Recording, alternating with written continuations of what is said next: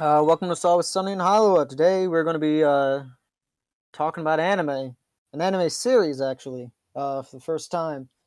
So that'll be fun. Anyway, why don't you guys introduce yourselves? I'm Red Drumarts. I'm Lugia, and what the hell is this weeb shit you've placed upon us? And I am Patrick, and let's Fooly this Cooly. They don't got much news this week. I think a couple announcements got made. So Rob Zombie, director of several horror remakes, has started his next project, and that's going to be he's going to adapt the Munsters. Yeah, it looked kind of corny and ridiculous, but at the same time, it's adapting a corny, ridiculous TV show, so who knows? It might be good. You guys ever see the Munsters? I have No. not. This is the first it's been brought to my attention. I'm aware of it, I've just never seen it. Yeah, I know they're like opposite of the Addams Family or something. Obviously, I know the Addams Family a bit more because of the movies, you know. Let's be real, who doesn't know the Addams Family? Okay, well, something maybe we're a bit more familiar with in terms of TV news is Close Enough got canceled after 3 seasons. Ah, damn. Yeah, so for those not familiar, Close Enough was basically the follow-up to Regular Show from the creator J.G. Quintel. I've heard good things about it. I heard it was solid, but I did hear that it was probably some fans have told me that's probably a good idea that they canceled at 3 because like it seemed like they were sort of running low on ideas. So hey, a good 3 season run's better than I don't know. I guess being like The Simpsons and going on for 33 seasons. And Well, I guess you counting. could. So I guess you could say its run was good enough. Since we're actually talking about anime, this is relevant. We're getting a live-action anime adaptation of the popular series Yu Yu Hakusho. It's going to be on Netflix. I guess don't look forward to that. They don't. Netflix does have the best reputation when it comes to They've their anime. definitely been batting 1,000 when it comes to their live-action adaptations. We never learn, do we? Yeah. So I love the Yu Yu Hakusho anime. You guys are probably more familiar with his other work, Hunter x Hunter, Hunter x Hunter, but or maybe his wife's work, who created Sailor Moon. So yeah. Surprisingly, that is the one I'm more familiar with. I mean, Sailor Moon is like Dragon Ball levels of popular. It's like the second most popular anime in the world, so it's not surprising. But yeah, Yu Yu Hakusho is very good. It'll be interesting to see how it's adapted. This one is going to be more like Netflix's Bleach anime, where they're just funding a Japanese production. So this is going to be made in Japan, but the thing is that there's still plenty of bad adaptations. They're Japanese. Lugia, you're familiar with the FMA live action, I believe. All too well. Yeah, so hopefully it's not like that. It's more like, I don't know, the Death Note live action, which is pretty good. The Japanese Death Note live action, not the Netflix Death Note live action. Okay. I've heard the Netflix one was absolutely ridiculous. Yeah, it was bad. Yeah. Can I just be upfront with you guys? Yeah. Sure. My only Like it. legitimate exposure to Death Note was the musical. I Is it a see. musical? There was a musical, There yes. is a musical. You didn't? Okay. Really? Mhm. I feel like you would have known that. All right. I didn't. Yeah, all right. Surprisingly, I did not. So does that Alright. make me a heathen from Death Note No. fans? No, actually, the Death Note musical is I think generally well received among fans. And I'm gonna be real, I thought it was actually kind of good. Yeah, that's what I'm So, saying. Like, fans like it too. Yeah. You're not strange. okay, cool. All right. Well, while we're on anime, I guess we'll just jump right into it. So, Fooly Cooly, or FLCL, as some people call it. I mean, it's pronounced Fooly Cooly. Is an original video animation anime series created by Kazuya Tsurumaki, and it was produced by Gainax and Production IG, as well as King Records, which I'll bring that up later. But yeah. So to get rid of the general gist of this, Gainax created this anime called Neon Genesis Evangelion, which completely changed the game of the anime industry and is one of the most important series ever made. As you might expect from a series that important, they made a shit ton of money. So what they decided to do is that they just gave this dude a ton of money and told him to do whatever he wanted. They got very little oversight. The director even actively said he was trying to break the rules of anime, and one of the choices is using a contemporary rock band to do the soundtrack. So yeah, the soundtrack, if you've noticed, it's sort of a pretty distinct part of it, but the soundtrack was basically sort of grunge, alt, punk rock type of thing, and it was entirely done by the band The Pillows. They basically took their best songs from like 3 of their most popular albums, and that was just a soundtrack, which is why King Records, produced on it. He tried to style it more of like a TV commercial or a promotional video rather than a typical film style.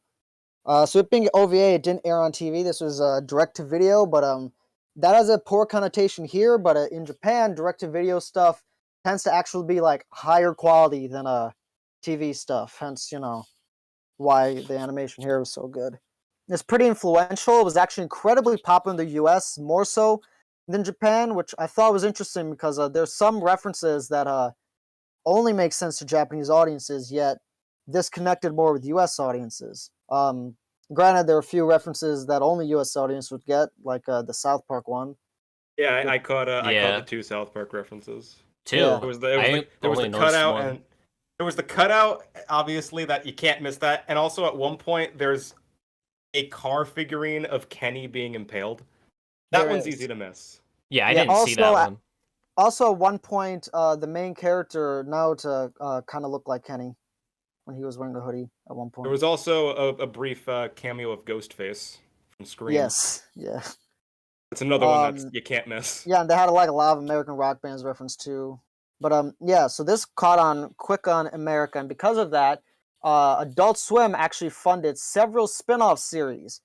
They 2 already came out a couple years back. They were poorly received by fans, and I guess they're trying again because they actually announced like just a few weeks ago that they are doing 2 more spin-offs. They also don't look that good, but they're apparently going to come out later this year or next year. Yeah, next year. But yeah, huge cult following. That's all to do with the background. So, what did you guys think? We're not gonna get into the synopsis.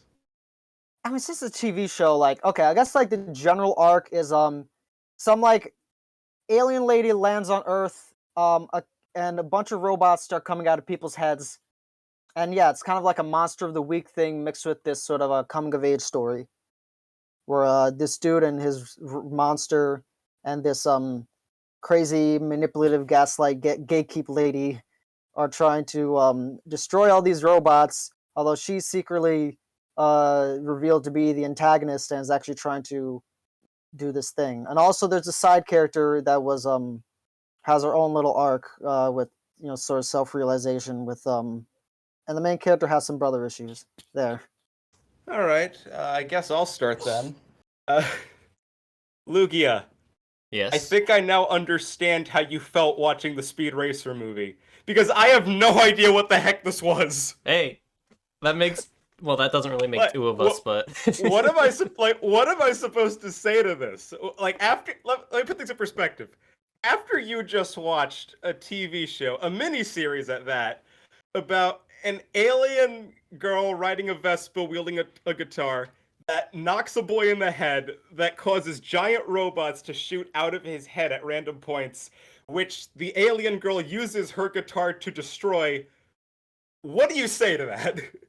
You say this kicks ass. All right. So obviously I love this series. Okay, first of all, let's just talk complete production standpoint. This has a killer style. You guys got to agree with that, yeah, right? This is visually This show looks interesting, great. I will say that. I do like the soundtrack a lot. Yeah, Yeah, like all they were- around presentation's phenomenal. Yeah, I liked how experimental they got. Like they used some of that 3D with that sort of like matrixy effect in the first episode. Yeah, Then where you the got, camera like- moves around. That was neat. They I've switched never to a really manga seen style that at a before. couple points. Yeah, they stuck to a manga style. There was this one part that was rotoscoped. Yeah, it was neat how in the beginning of each episode after the title card, they changed up the style a bit. Yeah, That and was the neat. credits It were is live very action. visually interesting. Yeah, and the soundtrack. So obviously I love the soundtrack. I've always been a fan of this kind of music, and since seeing this show, I've fully listened to several of the Pillows albums, and they're definitely one of my favorite bands now. So yeah, just from like every aesthetic and production element, I think this is like damn near flawless. In fact, I think I mentioned how influential it was in America. All the animators on Avatar: The Last Airbender were instructed to watch this show, just so they would like understand what the goal was. Like that was their benchmark. So like story wise, the story is like pretty dense, and maybe it's because I've seen it a few times, but I feel like there's actually like a lot to it. Like it's not just like a style over substance thing. You guys notice any Scott Pilgrim parallels? Um, Because when Scott Pilgrim came out, like Brian Lee O'Malley actually, and like had to in several interviews actually had to mention that he wasn't influenced by FLCL. He hadn't seen it because a lot of people like immediately drew comparisons. in what way? Can you describe a scene? It's more of just like a general like the tone and I guess style with like all the references, the sort of I could snappy elements, understand but also just like the Scott Pilgrim comparisons, but this that sort of personally, nothing sprang to my mind. I was not reminded at all. yeah, but also I like could see there's how a lot somebody of like would be. relationship stuff and the general sort of melancholic feel to it, which is a bit more present in the comic books than in the movie. I'll admit this is definitely it's definitely more similar to the comics than it is the movie, but like still I guess I'll get into my thoughts now. yeah. So, kind of like Patrick in the beginning, I was very confused as to what I was watching. Around the middle point of the second episode, I started to follow what was going on. Like you said, this was basically a Monster of the Week sort of deal and a coming of age story. So once I understood that, then I realized, okay, I understand the structure, everything's falling into place. And then the fourth episode happens, and I'm like, what Oh the my fuck God. happened here? Yeah, funny thing, that also happened to me. By the midway point, like episode 3, I'm like, okay, I think I'm getting adjusted to the weirdness. This is kind of fun. Episode 4 happens, and I'm just, You already what? start off with Naota's dad being pervy towards Haruko, and then they They also get some literally great have shots of cat sex. testicles. That was a sight to behold. So, And also we get more blood I mean, than it was usual. okay. The episode was relevant because they introduced the space police or whatever, and they play an integral part in the final acts of the main story. But like, what the hell was everything else in that episode? The episode starts, they're at a baseball game, and then the plot devolves into there's a giant satellite falling on the town. How did we get here? Okay, Red, I want you to actually explain that because you are the only one who has previous knowledge of this show. All right, so the general thing is okay. I guess let me just explain like the general character arcs and see how much you picked on it. So obviously, Haruko's whole deal is that she is in love with this space pirate, and her entire plan, like setting off all these robots, is just so she can summon him and doing it. And throughout, she's basically manipulating this well, basically all these kids, and obviously it's easier to manipulate a boy, a little kid, than an adult, and being how he's vulnerable and very much insecure about being in the shadow of his brother, he kind of takes it to her. But also just like any girl giving you attention, like that. Yeah, so it's a sort of for the boys, sort of formative thing, the first sort of girl he likes, I guess, or whatever. Mimi's sort of, but yeah, the baseball thing is a running motif. I don't know if you noticed that, but his brother left. His brother that he's constantly like referencing that we never see was a baseball star. So all the baseball thing is sort of meant to tie into his arc, sort of symbolically. And I guess speaking of the brother, I guess I'll bring up Mimi. So Mimi is one of my favorite characters. Her whole deal is she was basically the girlfriend of the brother, and kind of left. They broke up, and they left, and she reminds me a lot of Alana Haim's character in Licorice Pizza, where like she's kind of got nothing going on in life, and she just sort of latches on to this kid who sort of has things a bit more figured out, and also just reminds her of what she likes about the brother, and she sort of gains sort of like an independent self-actualization thing. Her arc's more tied to the robot a bit. There's also Naota's classmate. She has her whole thing with her parents. Yeah, what's her name? Eri? She was Yeah, primarily Eri. significant in the third episode and not much more. But I think it was Yeah, a neat but little arc. her arcs are a bit more resonant throughout because like they all have like relationship issues. Mostly with Naota. Haruko got the issues with Adam or whatever his name is. What's the pirate's name?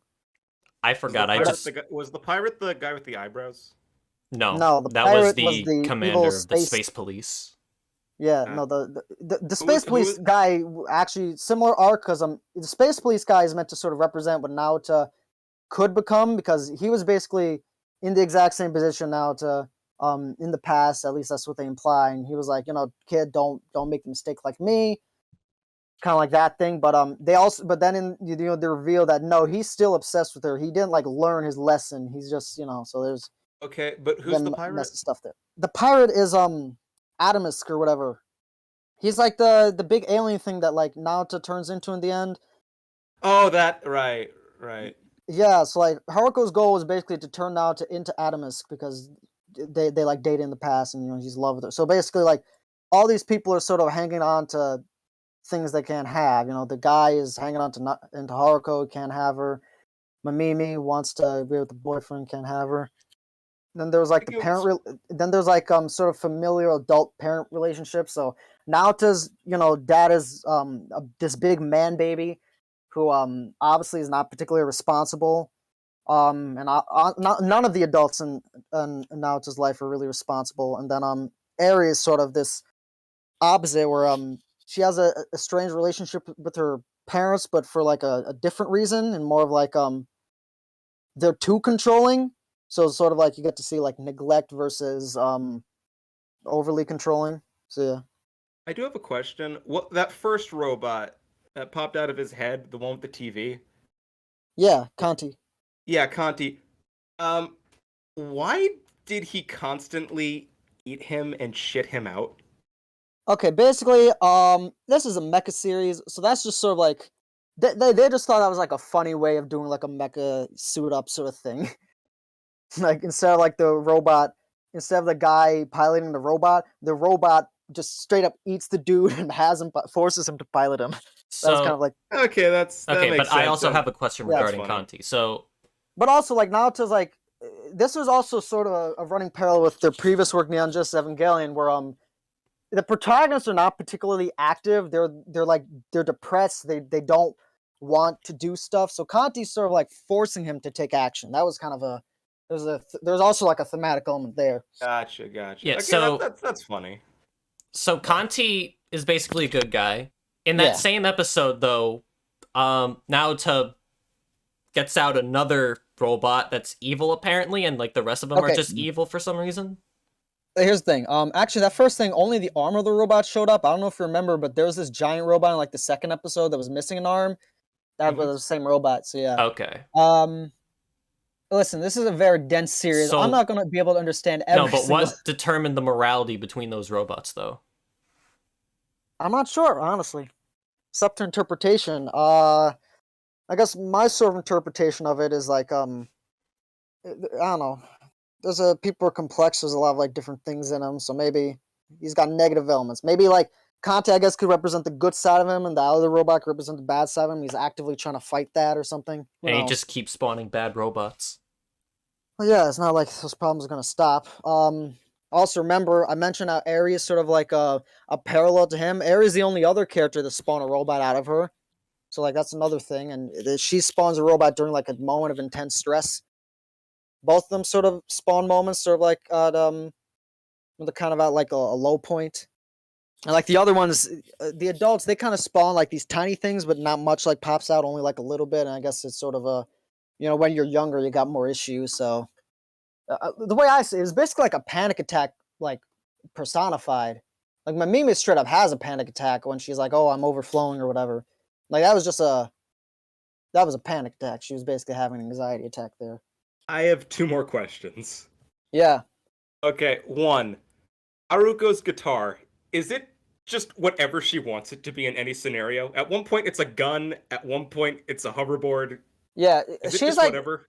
listen, she's this alien that you're not supposed to understand. Maybe since we are seeing this from Naoto's perspective, like she has this kind of like, I don't know, the first, because like he clearly doesn't respect like Mimimi. So this is like the first like, I don't know, his first like real experience with like, I don't know, a girl ever. So to him, she's this like mysterious like, she's like a manic pixie dream girl, but like cranked up to the 11th degree. This sort of unexplainable amazing force. She's like a goddamn like supernova. Probably I don't know. dangerous, but I don't know. She kind of Beautiful. reminded me of Bugs Bunny, where she does whatever the fuck she wants, and also she likes to Yeah, play around with the bad guys. That's yeah, exactly. one And way to you know, describe her, yeah. I don't know. I was reminded of Looney Tunes watching this. Doesn't help that she dresses into a bunny costume at the end of the 5th episode She yeah, does. She does. for no reason. but yeah. And my second question is, okay, just to understand this correctly, her ultimate plan was to flatten the Earth. Okay, so the flatten the Earth thing. The idea that this was sort of a translation sort of thing. This was one of the things that kind of got lost a bit in translation. But in the original Japanese thing, basically the thing is like the iron is meant to like symbolically sort of mention he's basically trying to turn people into dullards.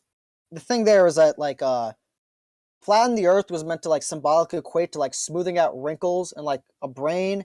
And in Japanese, like it's explained a bit more clear, but you can't really have a direct translation and that still convey the idea. So it's kind of got lost in translation. But it was more of like it was meant to symbolically break down like a thought. It was kind of like again, to bring up Neon Genesis Evangelion, that had this human instrumentality thing where like all of human consciousness got brought together.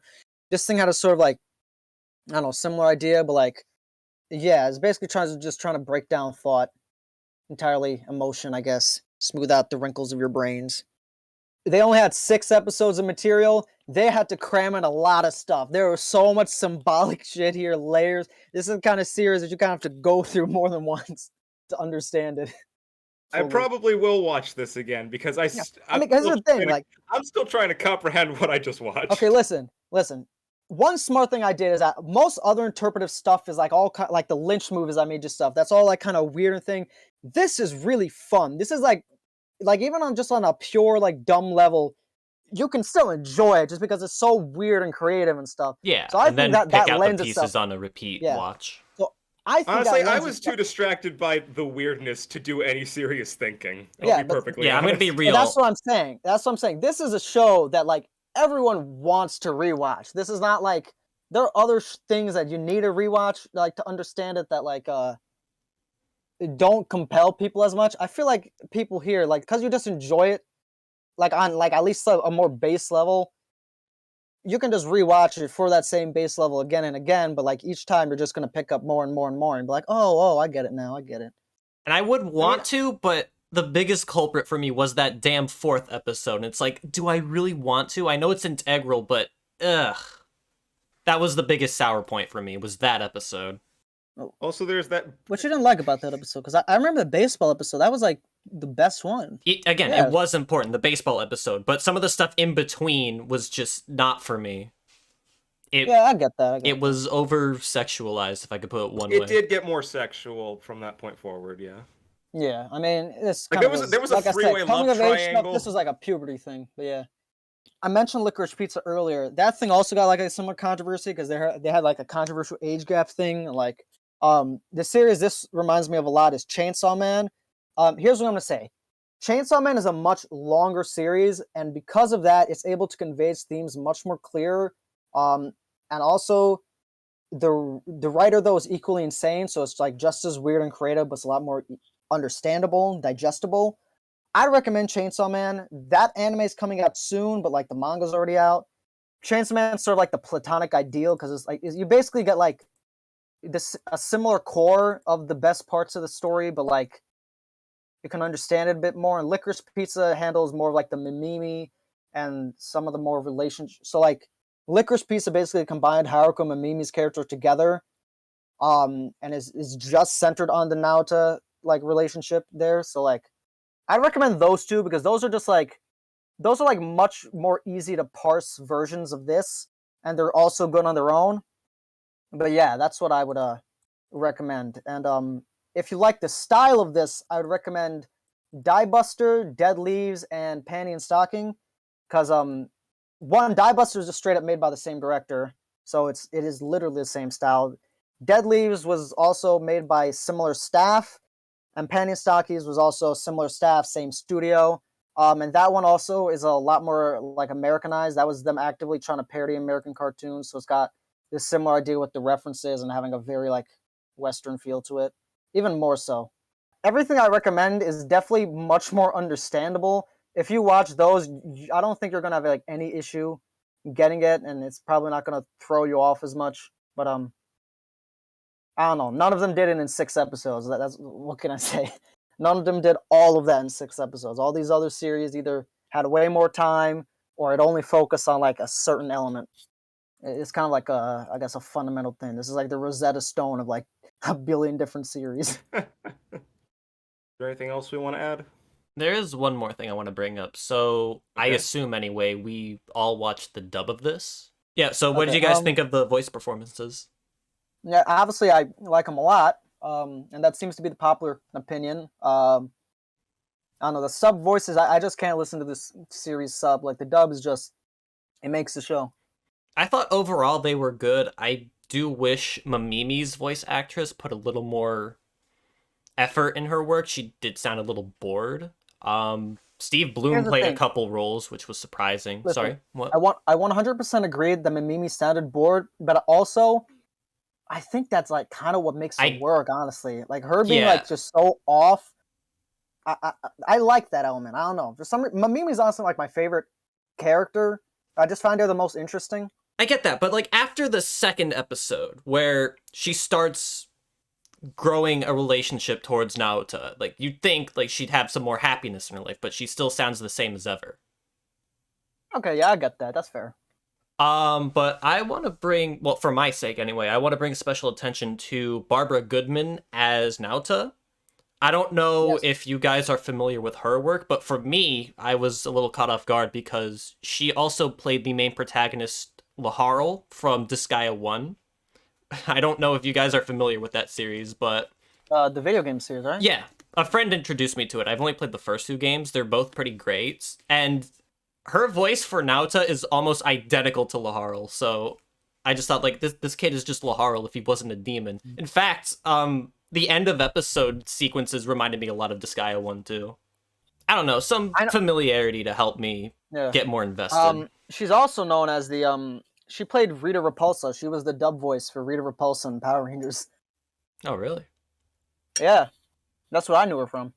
I should actually mention, so Haruko was played by Carrie Walgreen, who, is a very, very prolific, voice actor. Let's see. Oh, fuck, did I say Goodman? I meant Goodson. God damn it.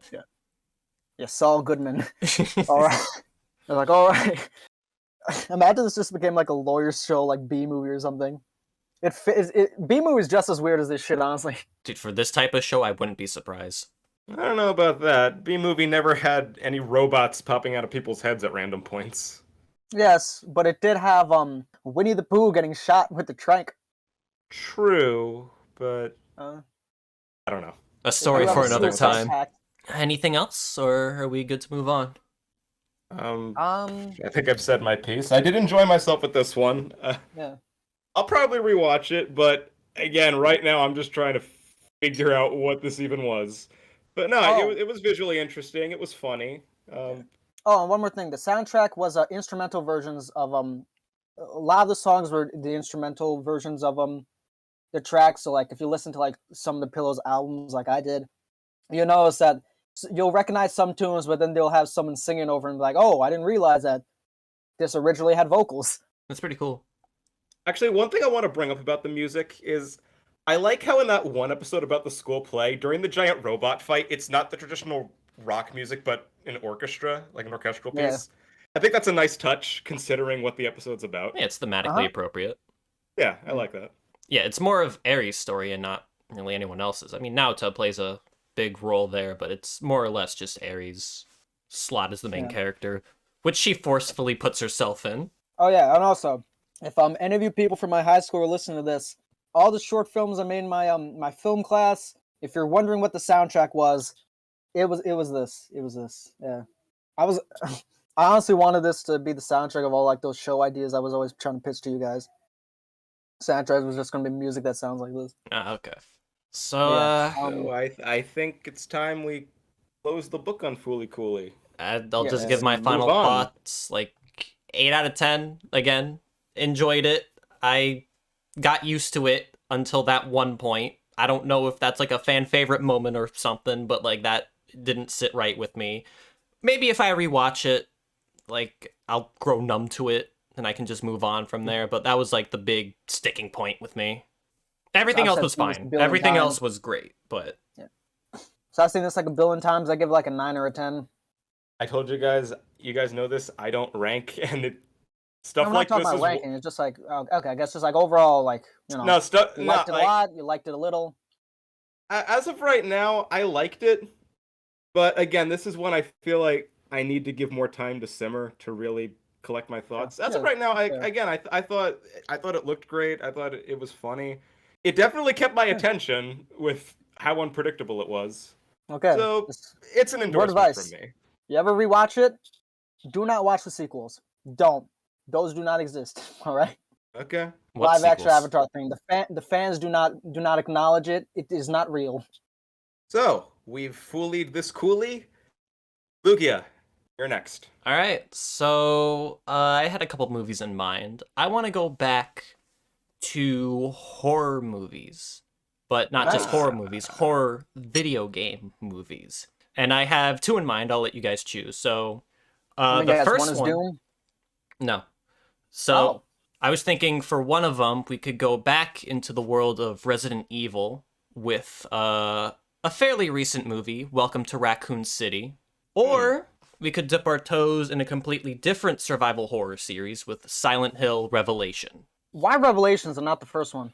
Well, actually, I don't know if those two relate to each other, but I do know that Revelation is loosely based off the third game, which I recently just beat for the first time. So I kind of want to see how that adapts from that game. Also, Okay. why Welcome to Raccoon City and not Resident Evil 2? Since we talked Because about the that first is game. completely Welcome to Raccoon different. City is a standalone. Yeah. Really. Yeah, Okay, so it the has reason nothing to do with the Mila Jovovich films.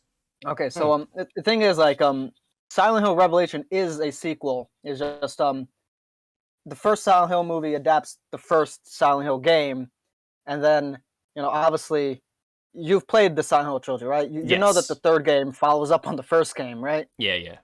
Yeah, so like the same thing happens with the movies. So I don't know. I was thinking maybe it'd be better to watch the first Silent Hill. Double feature, let's go.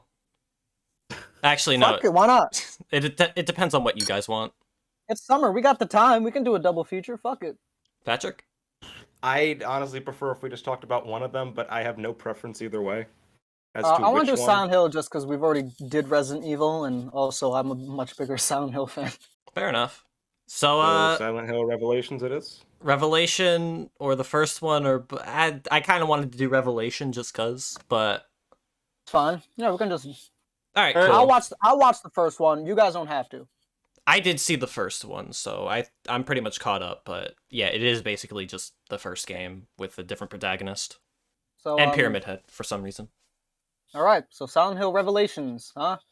We always talk All about we did Spider-Man 3 when I haven't seen the first two. It doesn't matter. Who cares? Well, I mean, I went back and I went and watched the first two before just because, but and I'm not going to do that with this. Remember, I'm gonna recommend Godfather 3 one day, hoping you guys haven't seen the other. Still haven't, for the record. Yeah. I've seen the first one. Silent Hill Revelation. Yeah. Okay. Yeah. So long. Farewell. Thank you all for all the fish.